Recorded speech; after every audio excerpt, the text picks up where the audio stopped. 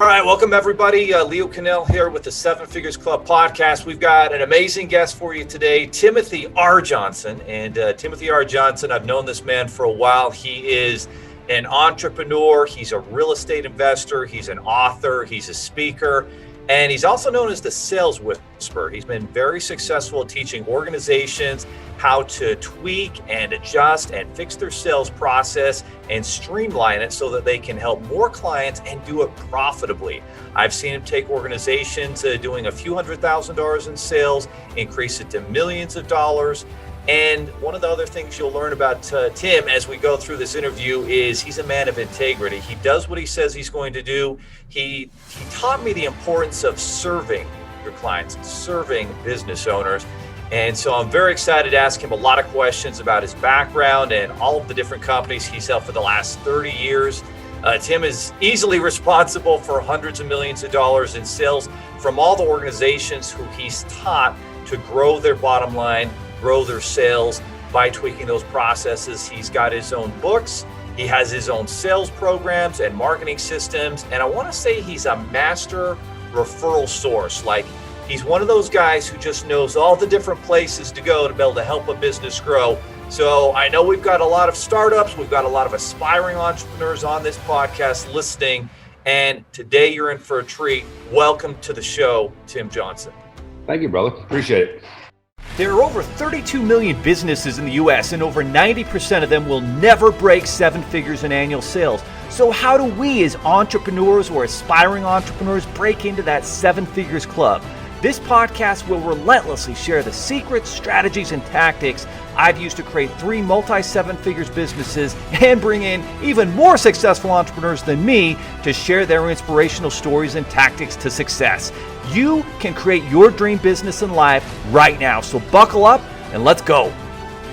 All right, Tim. So super excited to have you on. It's been a while since you and I have touched base, but we've been fortunate to do a number of entrepreneurial events over the last few years. So I guess, Tim, one of the first things that new business owners and those who have been in business for a few years have to learn, especially over the last year, is how do you kind of adjust to adversity? I think one of the things you're great at is being able to pivot when market conditions change.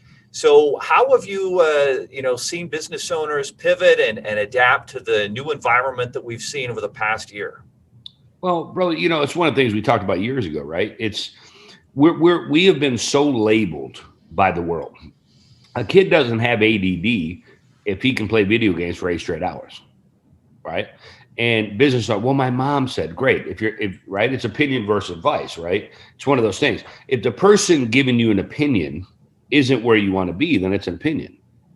If somebody is where you want to be, then consider it advice, right? But everybody wants to take on all these new things. Like, for example, what did they do 100 years ago when none of these labels per se didn't exist, right? We're frozen by whatever it is.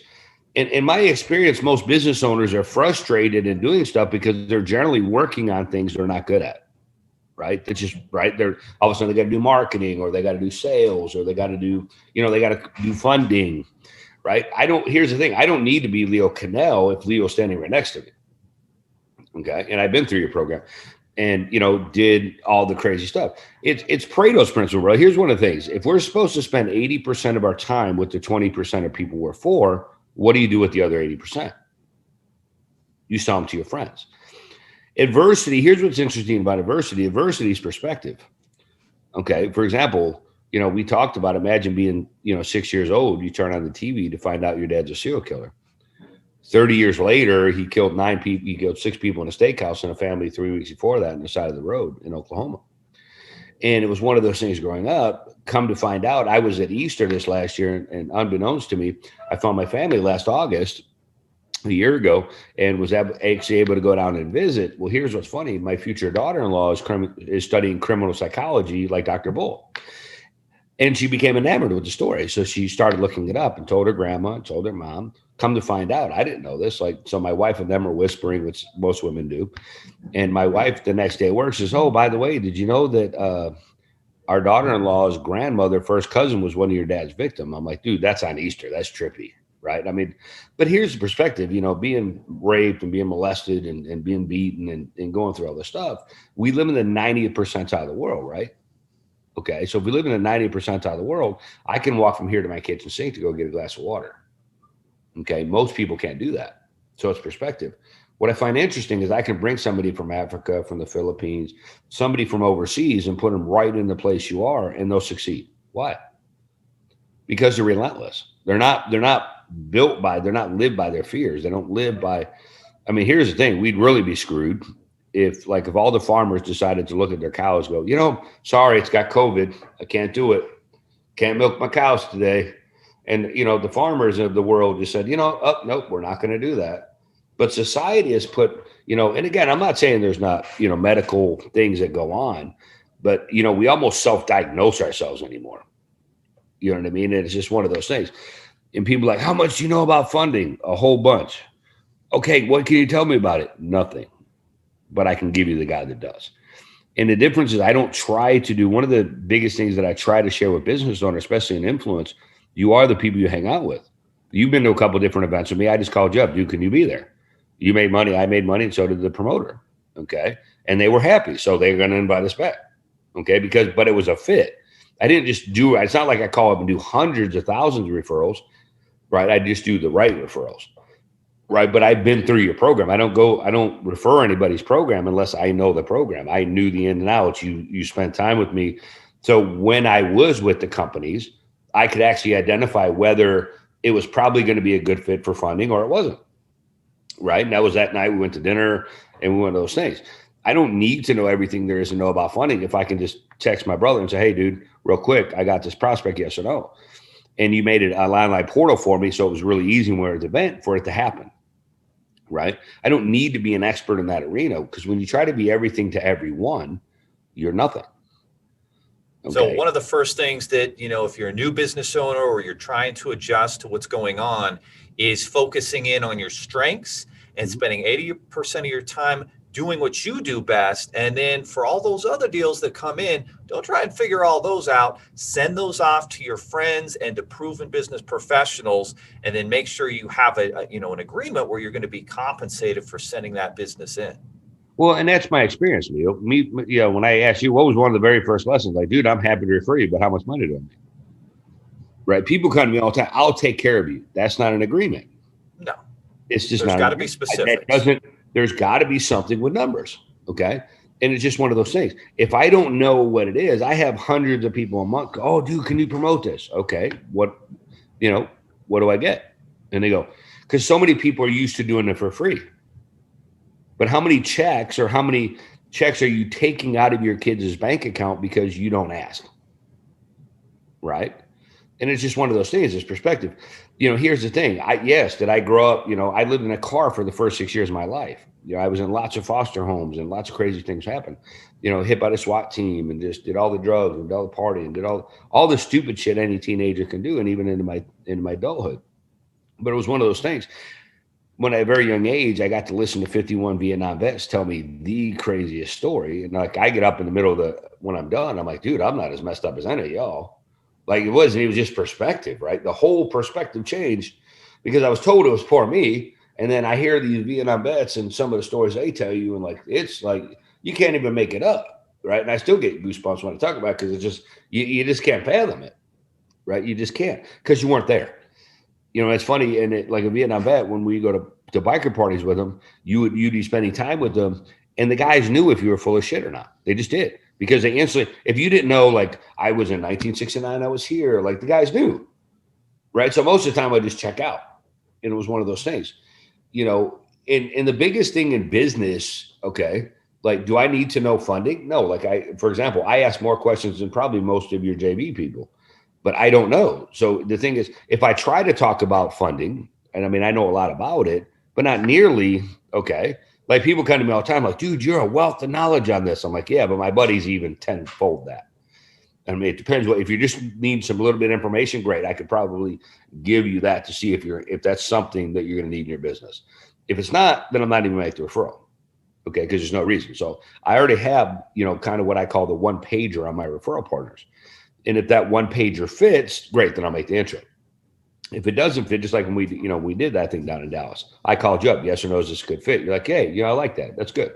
Right. So it wasn't like I just started texting you a bunch, and you got to think, and one of the biggest things in influence, um, Leo, think about this. When somebody comes to you and all they do is talk about how badass they are, what does your mind do? You check out because everybody wants to know, how can they help you? And so that's something I've learned a lot from you, Tim, is instead of going in and talking about everything you can do, it's asking people the right questions and asking the one you asked that I love is, how can I serve you? How can I help give you the result you need? And then as long as you have the credibility, knowledge, and can do what you say you're going to do, then that's something that I learned a lot from you.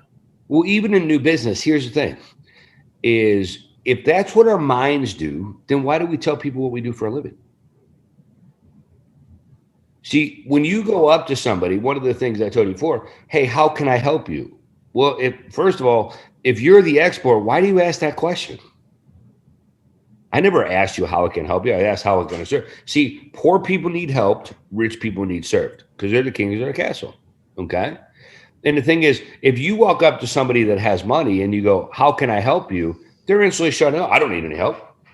I don't need your service because they think they're being sold.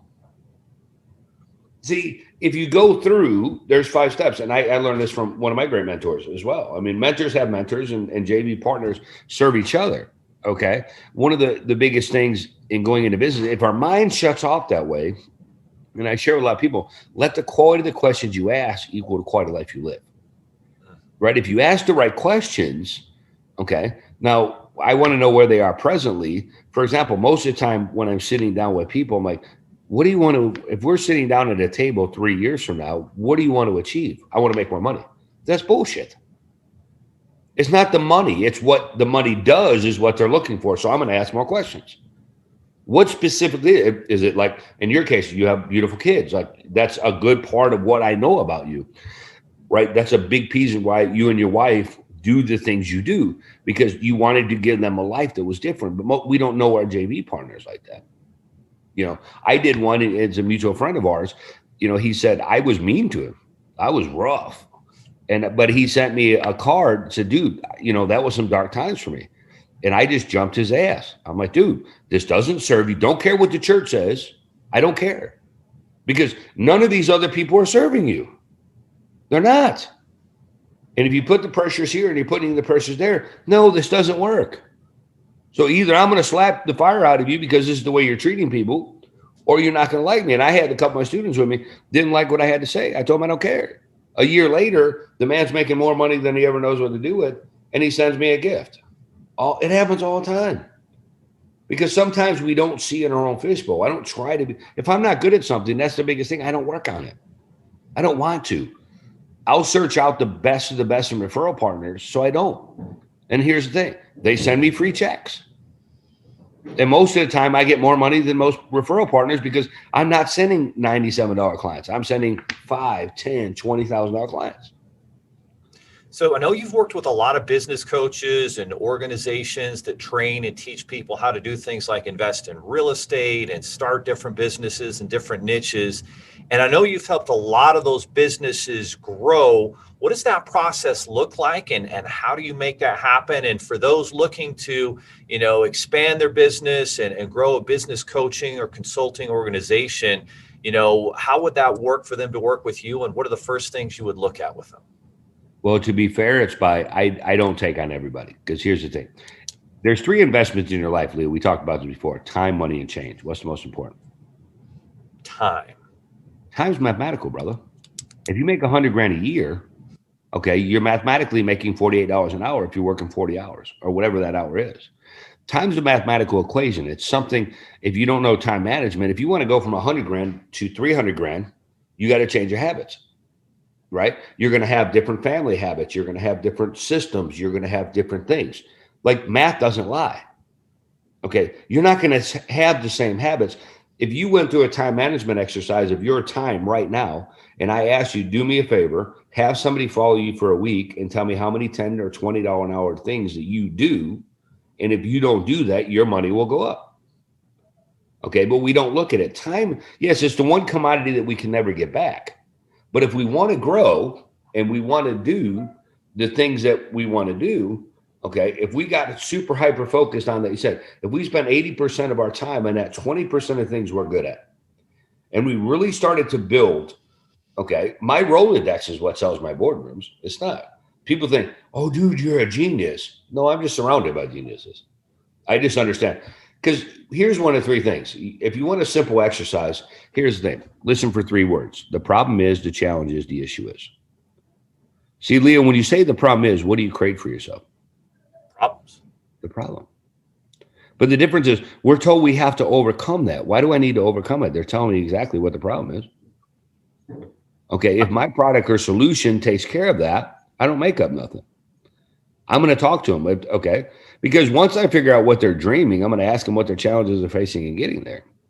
When they always start, well, the problem is, I went through these programs. I'm like, great. I know people that are very successful in those programs. I know some people that are not.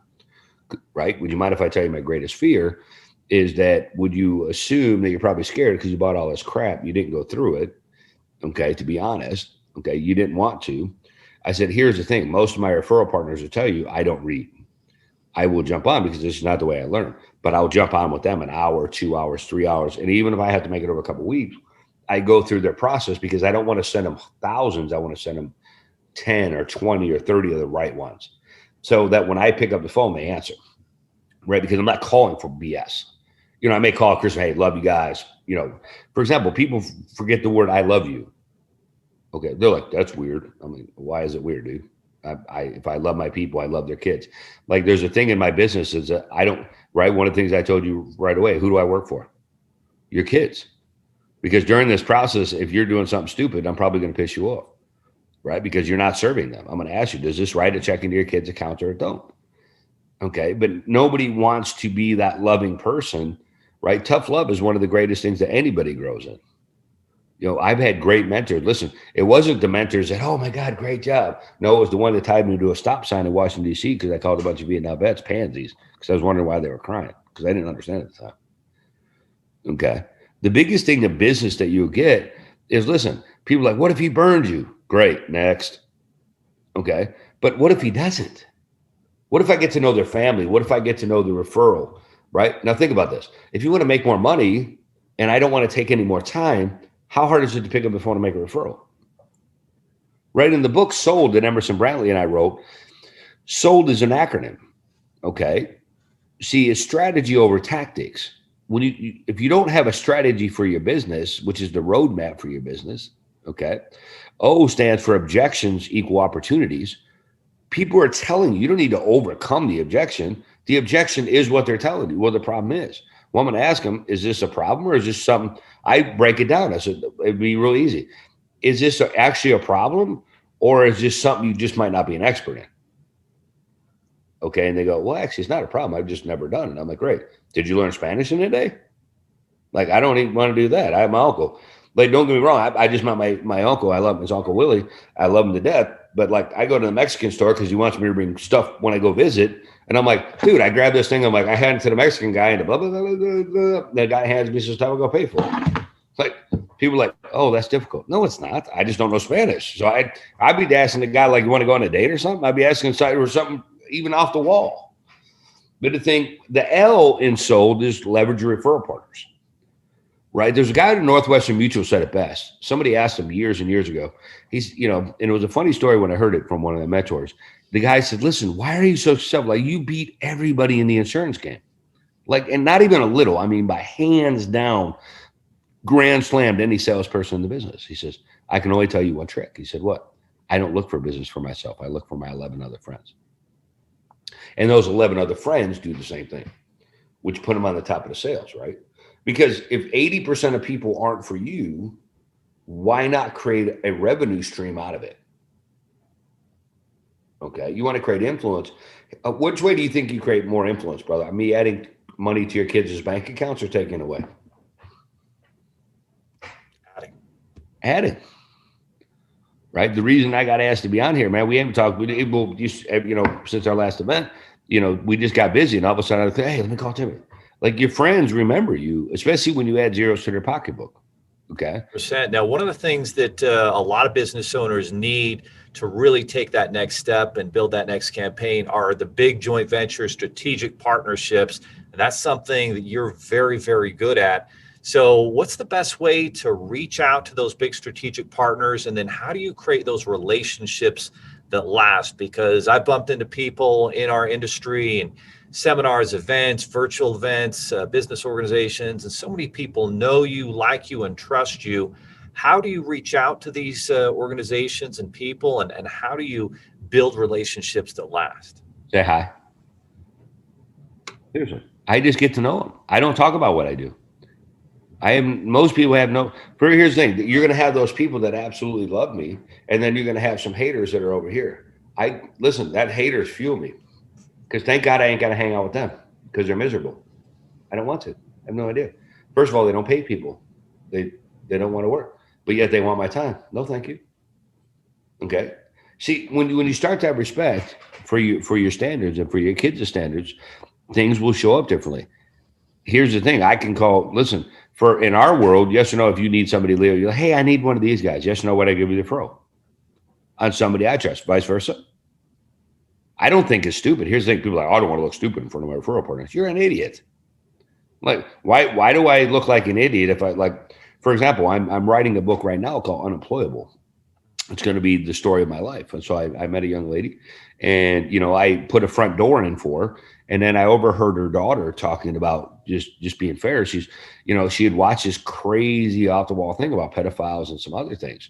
Well, she asked me to stop by, actually going down to see my uncle. So I sat down. I'm like, honey, you're not looking for attention. You're looking for connection. I said, and it just, this dynamic thing rolled. And it was funny. I'm actually invited and actually got invited. This is crazy. So she just, and it's, and if I find it in a minute, it's Unemployable, Happily Unemployable, Confession of a Serial Killer's Kid. Right? Like if you look the way drug dealers make money, the simplest way to make money. Like I just grew up watching that. So I just like, okay, listen, if you've never seen a drug dealer ever have to sell a drug addict, did you? Like that is stuck in my head for years. Okay. For example, if I think you're a good fit for a referral partner, I'll refer it because I'm gonna get paid. But most people, when they're broke, they think they look stupid because they ask. I think you're stupid if you don't. Right? When you ask, I'm like, no, when I did that connection in Dallas, I didn't get in the way. I'm like, Leo, meet Mike, meet Leo. Yes or no? And guess what happened? You showed up. And I got paid twice. I got paid for selling the sponsor and I got paid for this. And everybody knows, like, this is my jam. So I didn't make them anything because I wasn't lying to anybody that's how I get paid. It's just one of those things. If you ask, but if you call me up and ask me for a referral, you don't feel stupid. Most millionaires don't. They're like, dude, who do you know does it? That's just the way it happens. But for some reason, when you're in that space and in your own perspective, you're like, well, I'd rather just figure it out on my own. I'm like, okay, if you're average, think about this mathematically. Like Leo, just give me the first year you started Seven Figure Fund. I still remember when you did because you broke away. What was your hourly rate then? Just ballpark for the first year. And I know you exploded it really quickly. Yeah, I mean, we grew really fast, but it was 80-hour work weeks. And I mean, but just that first year, what would you say your hourly salary is?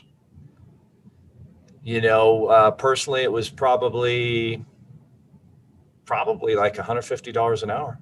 150. Okay. Here's the thing. So wouldn't this be, so to be an expert in something, if you're okay, for a guy like you, okay.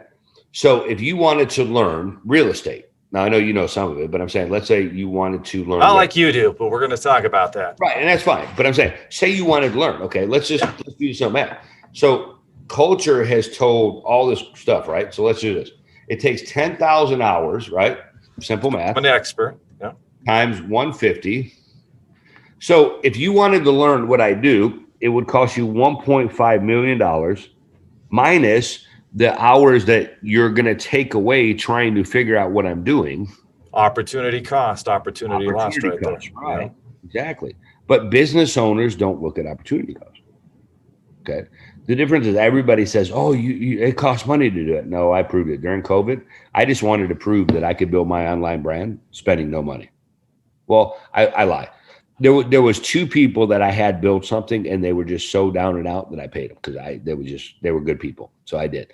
But most of my book and my SEO and all that stuff, I have proven this time because I get tired of this shit. They're like, "Oh, you have to have money to do." No, I went and did what I was good at. I went up to my buddy's place that does my SEO, and I put a GERT system in and helped him do some business stuff there. And in exchange, he does my SEO. Good deal. Exchange value. Exchange value, right? Because I went down and I put a front door in, and then I put a side door in with security door, and we redid our laundry room. Here's what's funny: I just got invited, with Steve Harris and Jack Canfield to co-author a book that she paid to want to be written. So one of the things I told her, and her name is Lori, and she's super badass. And when she came to me, she says, "Hey, I want to write your story. Let's partner on this." I said, "Okay." And then about 3 months ago, I said, "Hey, real quick, just before we get into this partnership, you keep saying my book. Well, we said we were going to partner on this. So are you co-authoring this with me? Or no, what's your story?" I said, "Why quit?" She goes, "What do you mean?" I said, "I quit. Don't want to write it." So I don't know how you went from wanting to be a partnership in this to be on as happily unemployable, and your name will be first on the book. Okay. She says, "Well, that's not fair." I said, "I don't care what's fair." See, one of those things, I put her first. She will be first on the book. She will be first in the thing because I'm not writing the book. I'm telling her stories. I'm coaching her. I'm mentoring her. So she's pulling it out of me. And because she is always behind the scenes, where did I put her? And out of all the authors and all the books she's done, I was invited. She could have chosen anybody else. But when her daughter told me she was scared because the security of her door was janky, I wouldn't fix it. And I had 3 days. We had a blast, right? And I learned a lot about writing. Like, I don't feel stupid. She's like, "Oh, there's this word and this word, like makes my brain hurt." I'm like, and I was like, "Don't you know any of this?" "No, I don't. Don't want to either." Okay. And then one of her friends did the same thing. She's going through divorce and going through some stuff. I just made her believe what she was worth. Because if I would have sold one of my referral partners for more than they believe they're worth, am I setting them up for failure? So, Tim, I'm reading here in your bio, and I think we've talked about this, where at one point you were working 100-hour work weeks, didn't have the time to spend with your family the way you wanted to, and you created this system called STUPID, smart, talented, unique, person in demand, and somehow were able to grow the business, but cut your workload down by 2/3. I think there's a lot of us business owners that would love to learn that system. How do you decrease your workload, increase your efficiency, and get out of those 100-hour work weeks? Maybe at the beginning, I mean, we all have to do them at the beginning, but how do we do that? How do we get to that point? Well, and that's the thing. There's 3 investments in your life: time, money, and change. I mean, if you want to change, right, if you don't want to work 100-hour work weeks, okay, you need to figure out where you are mathematically. Okay. For example, if you're making $20 an hour, right, is there a single mom that might be able to do some of those things that you don't have time for? Like maybe go pick up groceries right? And you go, "Well, I can't afford it." No, if we look at your budget, everybody can. Okay. You're probably spending money on Starbucks. You're probably spending money on McDonald's. You're doing stupid shit, right? And it just is. There's always money in the budget, or you could pick up something on the side to do it. Okay. Because generally what we're doing is our 100-hour work weeks is because we're working on things we're not good at. Okay. We just are, right? You're going to tell me, for example, how many words you type a minute. How many secretaries or admin person probably type 5 times as much as you? Okay. Yeah. Virtual assistants. I mean, virtual assistants. So what you're talking about is all that stuff that's like 10-hour, 15-hour per hour stuff that you're wasting your time doing, that you're not good at, that you shouldn't be doing. You should be focused on the stuff that's the $150 an hour stuff that you do better than everybody else. Because if you want to go to the 300, even when you're at the level you are now, you can't do that $150 an hour work anymore. Yep. You can't. You have to, even if it's 20 or 25, that makes you 150. That's great. But eventually, the biggest thing that we never do is we never give people our decision process. See, the thing that I understand about my referral partners, I understand Leo's decision process, right? I know the ideal client. I know the ideal. And again, if I question it, it's just easy to pick, "Hey, dude, you got 5 minutes?" And we've done this, right? And I'm like, Leo, this is what's up. Yes or no? Do you think you can help? This, some I can get you in free, some are cost. I mean, obviously that's what it is. And you're like, dude, got it. Cool. And then obviously, we were able to work out a couple of them. You're like, hey, we didn't have to have a fee, and we were able to broker a deal where they could actually made more money, right? So you and I would have actually made more money had we not done it that way. But we were trying to service the client, so he invited you back. Okay, see what I'm saying? So it was a win-win for everybody. Okay, so I'd rather have 33% of a big pie than I would to have 100% of my own. And it really just works that way. If you look at time management, people work 100-hour work weeks because they want to, not because they have to. And the thing is, all you would have to do, and here's the thing, get a different perspective, right? The difference is when you're going through something, I told you very before, like today, I woke up at 2 o'clock in the morning and kind of find out that one of my guys, had OD'd. I don't know. I don't know if he's going to make it or not. You know what I mean? I love him. And, last thing I remember, I was pretty distraught earlier.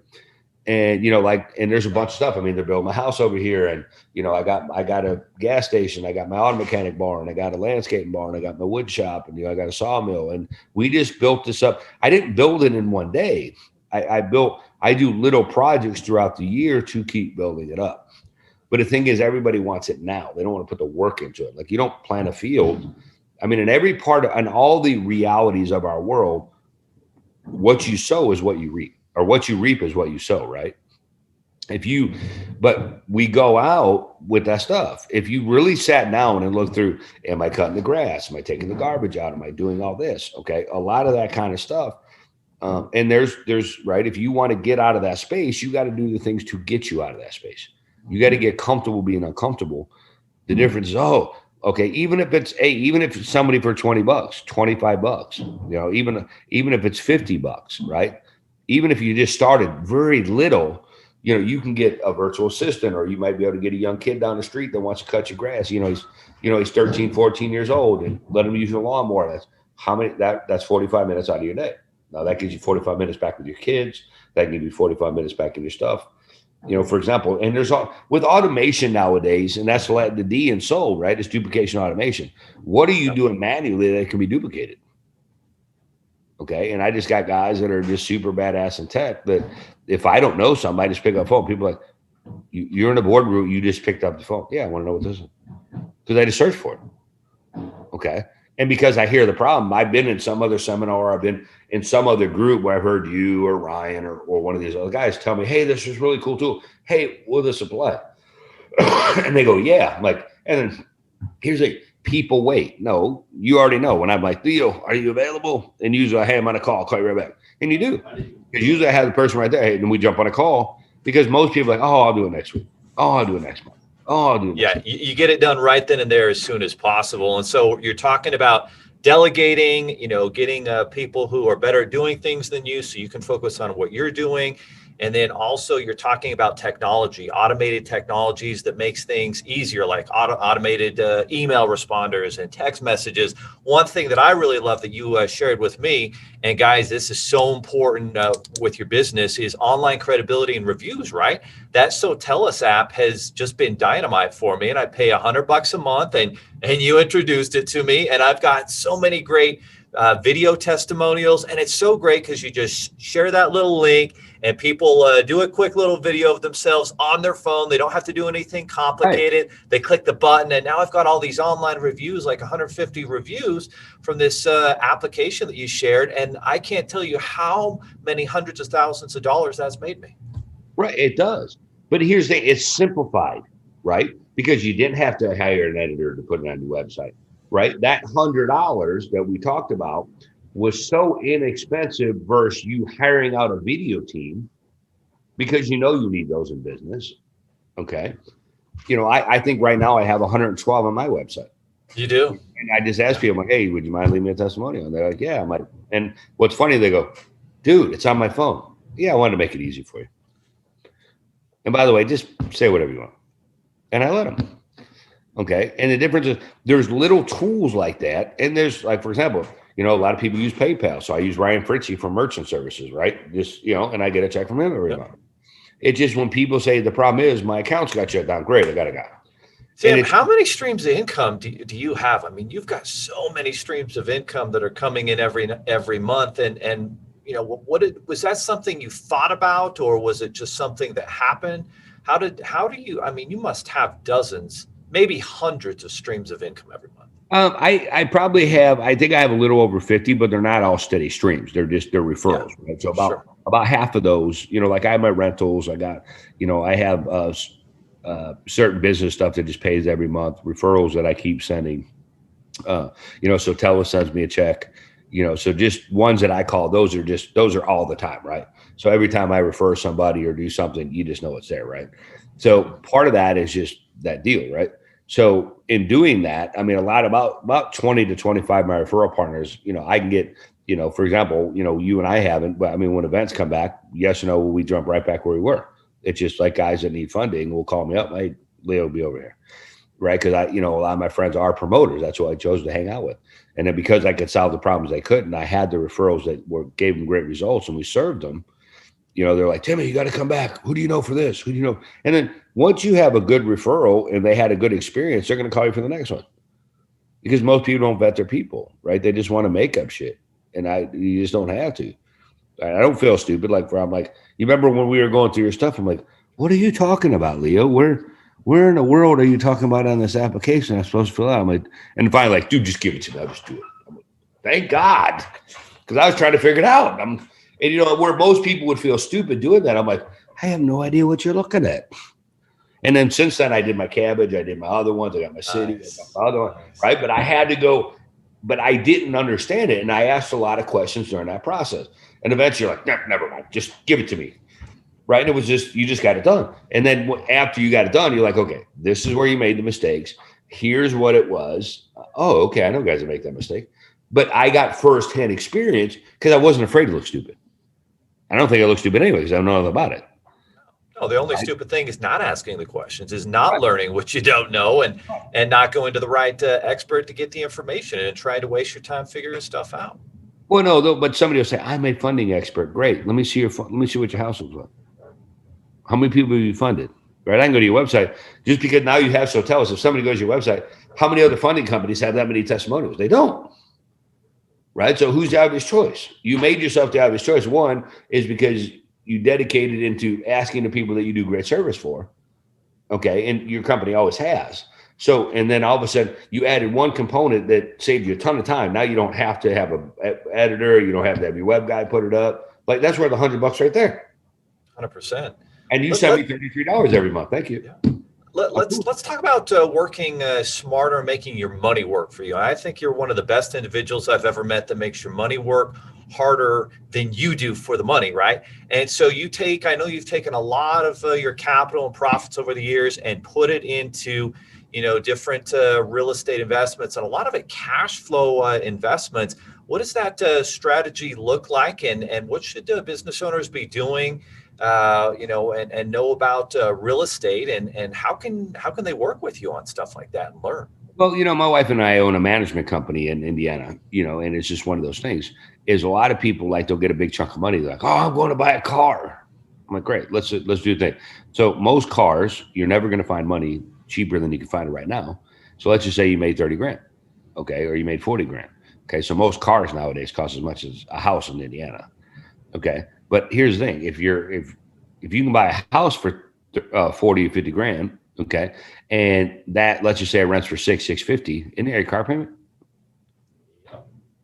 So now I bought an asset that offsets the money that pays for my car. An asset that probably is going up in value, whereas that car going down. Right, but one goes down, the other one goes up. That's called smart money. It's just smart money. Right. It's just you've got a lot of smart money out there working for you, and I know you've got dozens of real estate rentals, and these are just cash flow, and then you've got the tax write-offs and the depreciation, and so it's really just a matter of, and you've got a big advantage there in Indiana. I mean, a lot of states property is not as affordable, but you've got great affordable real estate. I mean, I'm sure it's not as affordable maybe as it was a couple years ago, but yeah, but it's coming back. That's been awesome too.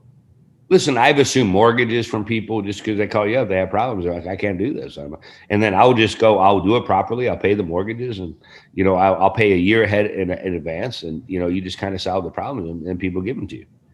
And when you do what everybody else does, you can have what everybody else can't. It really comes down to that. For example, the only reason I'm on here is years ago, I'm like, hey, let's invest in each other a little bit. Let me see how I can serve. You're kind of, when you first started 7-figure funding, and because you came very successful business before that, I think you were kind of partners, but you wanted your own for the sake of your family, which is smart. And now you don't, and doing that, all right, let me help them boost up. See, when you help somebody when they're down or they're coming up, if a lot of times they'll remember you when they're up. Okay. And when they do, here's the thing. And if they don't, bye. Right. Just those people that are natural givers will always be givers. They just will. I like serving those kind of people because that's the thing. For example, I'm sure if you and I sat in a room from a business consulting standpoint, you'd give me 100 tips on what am I doing wrong and vice versa. But we don't look at it that it's something that we're doing wrong. It's something that we're doing that's not productive. Okay. And you can, because here's the thing. I don't work on my own stuff. I will trade with one of my brothers or one of my people that's a business consultant to tell me, because it's my own perspective. It's my own fishbowl, right? Somebody says, hey, what do you think about this website? I don't. Dude, you remember that picture I showed you that one time? My wife still dresses me like I pull out this thing. I didn't even dress me. Like, I don't know what matches. Like, I'm in a sweatshirt. My boys are out working. I don't either. I'm colorblind. I'm like, yeah, tell me what I should get. Just go get my clothes for me. I can at least read blue, pink shirt, black tie, whatever. I mean, so I don't want to do that. I mean, and one of the greatest lessons, if you ever hear Matt Basek, I'm like, the dude wears shorts. He's got like 2 outfits or something, or even one. Like, the guy doesn't even have to. He's like, dude, I'm good. Shorts, this. If I need a hoodie, I got one, right? And he just wears his stuff and he knows what it is, and he's one of the best guys in internet marketing I know. He's just talented and he's just a rock star. And it just, it was like James Dentley came out here. He's like, dude, why don't you tell more people? Don't need to. Right? I only invite people that want to see what I'm doing that I like. I don't feel like hanging around takers and retards, right? Because they don't want to change their habits. Right? They'll come to you. Well, I tried this program. The problem is, the challenge is, the issue is. Like, dude, when I start hearing that, yeah, like, no. Like, dude, unless you want to be a client, we are not hanging out. Because that's their entire life's going to be that. There's no control. They're always blaming someone else for their lack of success. And all of our lack of success, it's on me. It's on us. Right?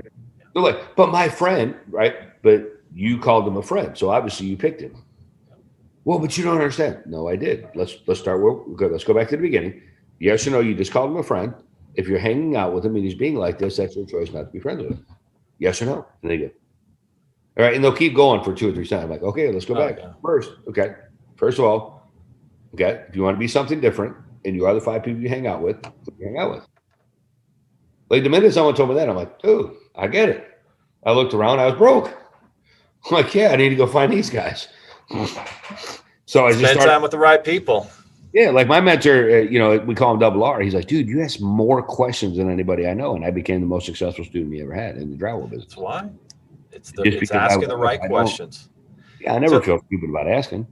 So, Tim, what are the opportunities? Obviously, you can't work with everybody, and your time is limited. And what are the different ways that some of these business owners and aspiring entrepreneurs can connect up with Tim Johnson, and what should they be thinking about and doing in order to make themselves a good fit, for some of the amazing solutions that you provide? Well, do me a favor. Here's the thing. One of the things I'd like you to consider is don't try to fit into something that doesn't fit. That's where most people have a challenge. Okay. Here's the thing, guys. If you do connect with me and you're the right fit, great. Then we'll figure it out. If you're not, I probably have the connection that is. Okay. Because I don't believe in fitting a round hole. I don't feel like fitting a square peg in a round hole. It don't fit. Okay. And then you're just going to be a pain in the ass. You're going to be pissed at me all the time. Like, that's not going to happen. The difference is if it's something I'm good at, great. Then we can work on that. If it's a team we need, I got those people as well. It's just one of those things. I don't try to fit, you know what I mean? Listen, I'm just a regular guy. I have no problem having conversations. You know what I mean? And, like, for example, you can text the word register to 574-203-9605. That's my Wide of Wealth app. I mean, that's one way to connect to me. Again, that number is 574-203-9605. Text the word register. And it's just my Wide of Wealth app. It's a lot of Timisms, a lot of the way around the way I think. And this thing, like farmers, they don't look at their fields. We just, I've always been an operator. So I understand how things operate. That's my jam. Like, I'm not the creative. I'm not, I understand. Do I understand finances? Yes. Do I understand a lot of things? Yeah. But do I have guys that know way better than me? Yes, I do. And it's just one of those things when if you do hang out in our world, for example, one of the new books coming out, go to Amazon and go to get the book sold. It'll give you a different dynamic on the 80-20 rule, because it's okay to do work on the 20% of people you are for, but why not make a little bit of pocket change or even more money, even during this pandemic, serving some of your other friends? Because here's the thing, when you start adding zeros to their paycheck and they start sending you money, like the minute you get that, trust me, it's an addiction. You're like, dude, I'm sending that guy more money, right? Because he's going to start sending you money to your kids' bank account. And the book sold like $4, $5 on Amazon. I didn't make it expensive. It's an easy book. It's just value. It's just valuable. And then you've got your website at timothyrjohnson.com. By the way, the site is looking amazing. Yeah, I didn't do that either. Yeah, no, I don't do my sites either. I don't either, no. So guys, Timothy R. Johnson, timothyrjohnson.com. He's got a contact page there, real estate mentorship, speaking, media, business coaching services, a lot of different information, been featured in a lot of places, and done massive entrepreneurial events probably in every state in this country. I've been around. Yeah. Well, awesome, Tim. We really appreciate all the value that you shared with us today. Again, guys, timothyrjohnson.com is the site you want to head to and reach out to Tim. He's accessible. He's solutions focused. And if he doesn't have the best option, I guarantee you he knows somebody who does. Oh, always. Yep. Are you looking for more seven-figure secrets, content, or even how you can launch your own recession-proof business? Then check out sevenfigures.com. That's the digit 7, FIGURES.com, where we share more videos, stories, strategies, funding solutions, entrepreneurial education, and even the secret business type that's recession-proof. Thank you for listening, and if you're finding value in our podcast, please give us a 5-star and invite others to join the club.